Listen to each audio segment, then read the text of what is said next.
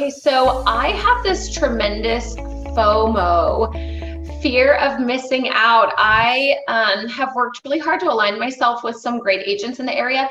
And when I say great, I don't mean necessarily high producers. I mean people who have found things that are their specialty and they're really good at it.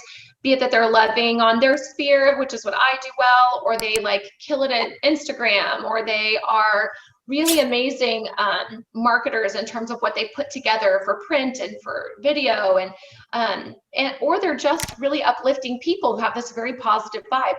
So I've aligned myself with these folks and I've watched them do amazing things.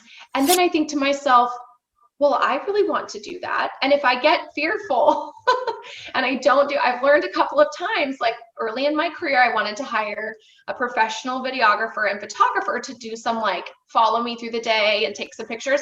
But it felt scary to spend the money because, as I told you, I worked in public school for a long time. And I'm sure if you're familiar, they don't make a lot of money. So it was an investment I was going to have to make in my business. And I got scared and I didn't do it.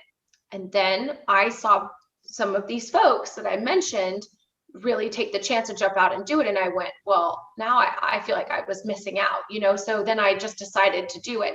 So I think that fear of missing out drives me from my place of static or rooted to the spot.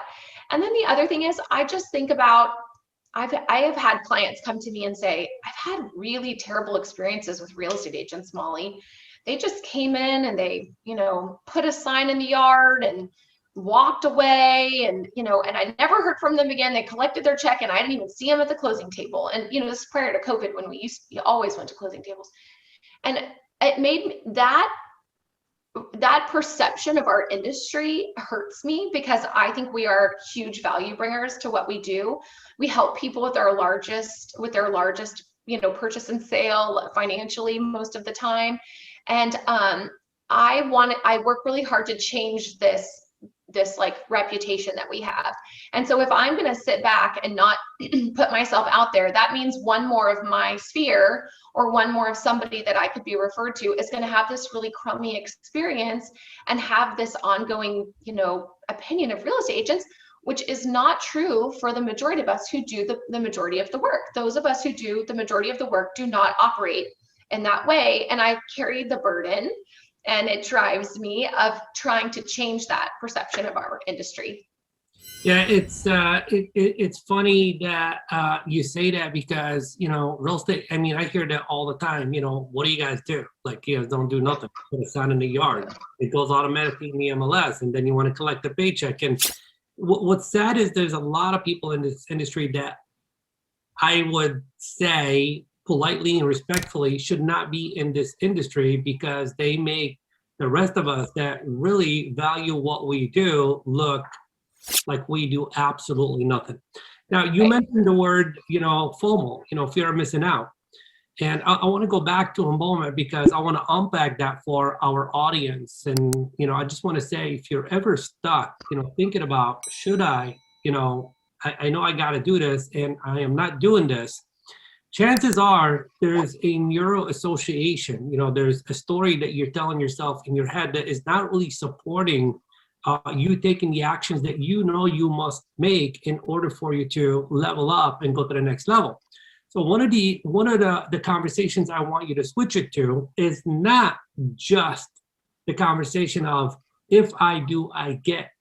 I want you to also, exercise the opposite of that. If I don't, what is the consequence? See, what people don't understand, psychologically speaking, is that we are either doing something to gain a pleasurable experience and or doing something to escape a painful scenario that might happen in the future. And people don't really understand what their psychology is and how they operate.